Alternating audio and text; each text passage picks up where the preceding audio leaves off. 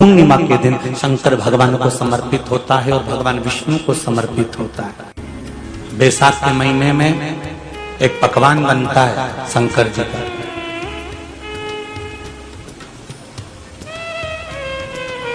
शिव जी के हाथ में त्रिशूल है, शिव जी के 3 नेत्र हैं, बेलपत्री में भी 3 बोलते जाओ पत्ती है। बैसाख के महीने में जो शंकर भगवान को प्रसाद का भोग लगता है उसमें भी 3 ही चीज मिलती है। सत्तू कोई दूसरे महीने में बनता है, जम के तो बोलो नहीं, कब बनता है? यही बैसाख के महीने में। चने की दाल, गेहूं और जौ, इन तीनों को गलाकर जो सत्तू तैयार होता है इसी बैसाख के महीने में परशुराम जयंती के दिन या अमावस्या के दिन या शमी पत्र में शंकर भगवान को प्रदोष के दिन यदि कहीं से आपको शमी पत्र मिल जाए और प्रदोष काल, दुनिया के लोग कहते क्या होता है, जो समय होता है शाम का, जो सास अपनी बहू से कहती है बेटा सत्तू बना ले, थोड़ा सा सत्तू बाजार से लिया, 10 रुपए का खरीद कर लिया, आज सत्तू, आज हम पूजन करेंगे सत्तू की, अक्षय तृतीया है, थोड़ा सा पूज लेंगे, थोड़ा सा भगवान को भोग लगा देंगे, सत्तू का लड्डू बना लेंगे। बोलो री जी सही है कि गलत? बड़ा गला बाजार में सत्तू मिलता है, बच्चे कहते हैं, बहुएं कहती हैं कौन खाएगा, काय पिला रहे हो, सत्तू का क्या काम है? और शिव महापुराण की कथा करती है, स्कंद पुराण की कथा करती है।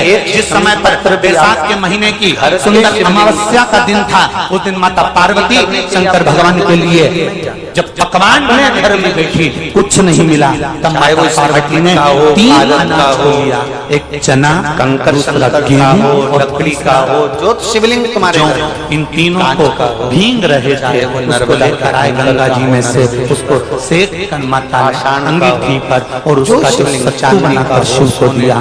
शंकर भगवान ने कह दिया, सुन पार्वती, ये सत्तू नहीं, ये मेरी औषधि है। यदि आप भगवान बैसाख के महीने में जो खाएगा वो जिंदगी भर रोएगा नहीं। शरीर शमी पत्र को उठाकर, अब उसको लोगों ने हंसा खेल में लिया, सत्तू का क्या मम्मी हम नहीं खाएंगे। समय होता है शिव जी का एक चीज, अपने मन की बात भगवान शंकर बैसाख के महीने में पियो बेल, पूर्व में भी बेल का वर्णन कर चुके हैं, समझ गए?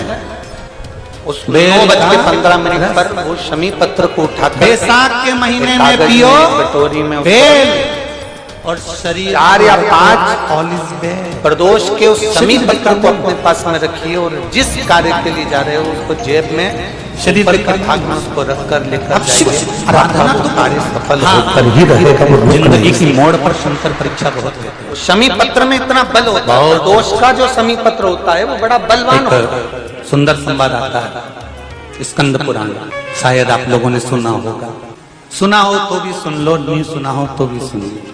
कांति नगर में राजा श्रियाजी रहते थे, उनकी धर्मपत्नी का नाम था चांगुणा।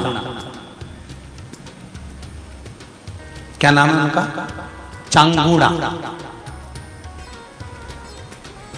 चांगुणा शिव भक्ति में लीन रहती थी, उसे शंकर की भक्ति के सिवा कुछ सुहाता ही नहीं था, शिव आराधना के सिवा उसको कुछ भाता ही नहीं था। दिन भर शंकर की शरणागति करना, शिव का स्मरण करना, शिव भक्ति में डूबे रहना।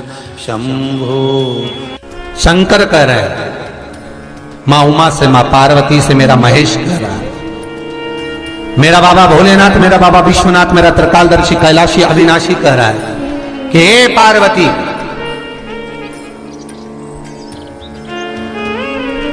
एक बीला, एक बेल जो मुझे समर्पित करता है और समर्पित करने के बाद उस बेल की महत्वता देखिए, जो बैसाख महीने में बाबा शंकर को जो चढ़ाया जाता है और 1000 अश्वमेध यज्ञ का पुण्य फल हम प्राप्त कर लेते, मात्र एक फल चढ़ाकर, मात्र एक फल चढ़ाकर।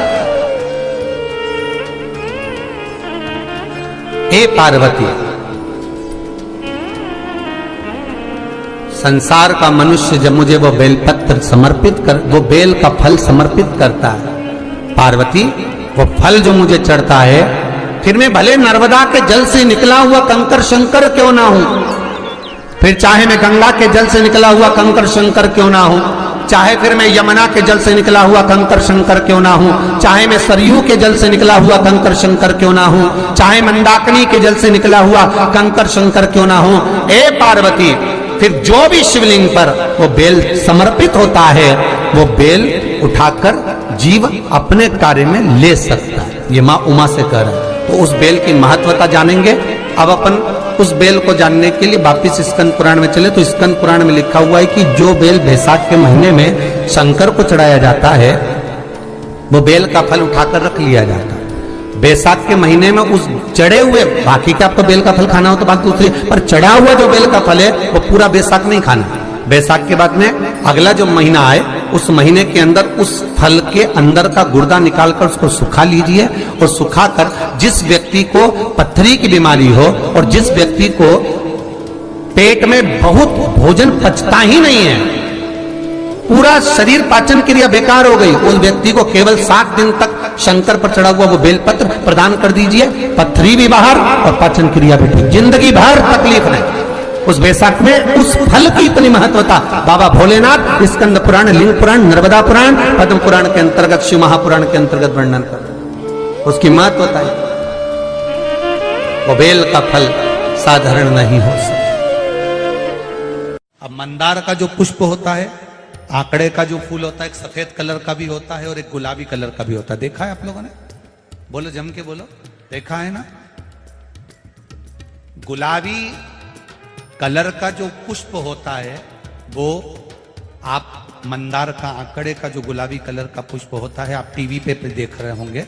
एक सफेद देख रहे होंगे, एक मंदार का गुलाबी फूल, नीला कलर का फूल देख रहे होंगे। जो नीला कलर का जो पुष्प होता है, गुलाबी कलर का जो आंकड़े का फूल होता है, प्रयास करना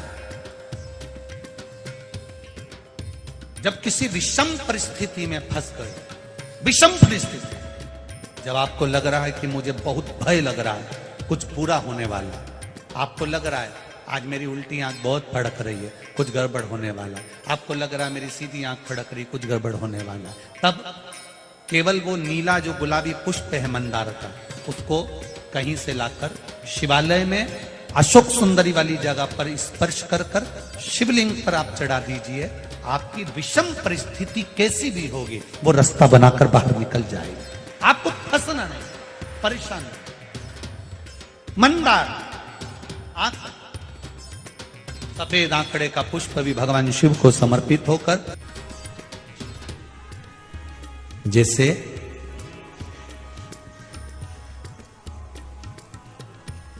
बेले के फल का गुर्दा, बेल का जो फल होता है, बेलपत्री का फल, उसका जैसे गुर्दा, उसके अंदर का जो भाग होता है बेल का, वो गुर्दा